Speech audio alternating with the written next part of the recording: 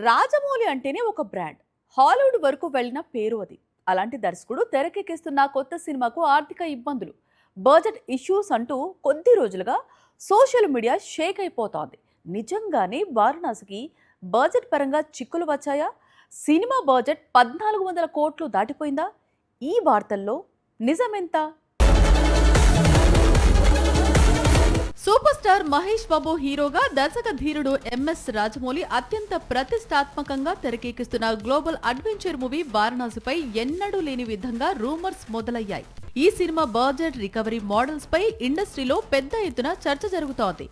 Industry వర్గాల సమాచారం ప్రకారం మొదట అనుకున్న దానికంటే సినిమా వ్యయం భారీగా పెరిగిందని, ప్రస్తుతం ఈ చిత్రం మొత్తం బడ్జెట్ 1200 కోట్ల నుంచి 1400 కోట్ల వరకు చేరే అవకాశం ఉందని ప్రచారం జరుగుతోంది. అదే నిజమైతే భారతీయ సినిమా చరిత్రలోనే అత్యంత భారీ బడ్జెట్ చిత్రంగా వారణాసి నిలుస్తుంది.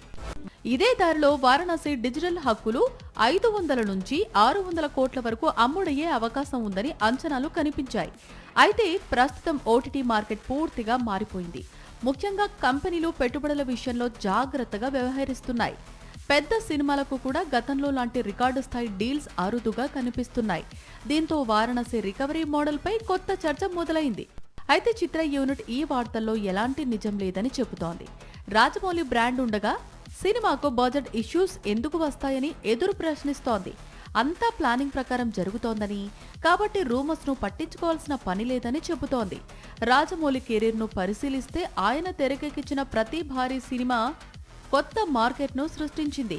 ఈ సినిమాలు భారతీయ సినిమా వ్యాపార పరిధిని ప్రపంచ స్థాయికి తీసుకెళ్లాయి. అందువల్ల వారణాసి విషయంలో కూడా నిర్మాతలు కేవలం ఓటీటీపై మాత్రమే ఆధారపడే అవకాశం తక్కువగా కనిపిస్తోంది. సాక్షి టీవీ ప్రసారాలను నిలిపివేయటం చట్టరీత్యా నేరం. సాక్షి టీవీ ప్రసారాల కోసం మీ స్థానిక కేబుల్ ఆపరేటర్ను వెంటనే సంప్రదించండి. డిటిహెచ్లో, ఇంటర్నెట్లో కూడా సాక్షి టీవీ ప్రసారాలను వీక్షించవచ్చు.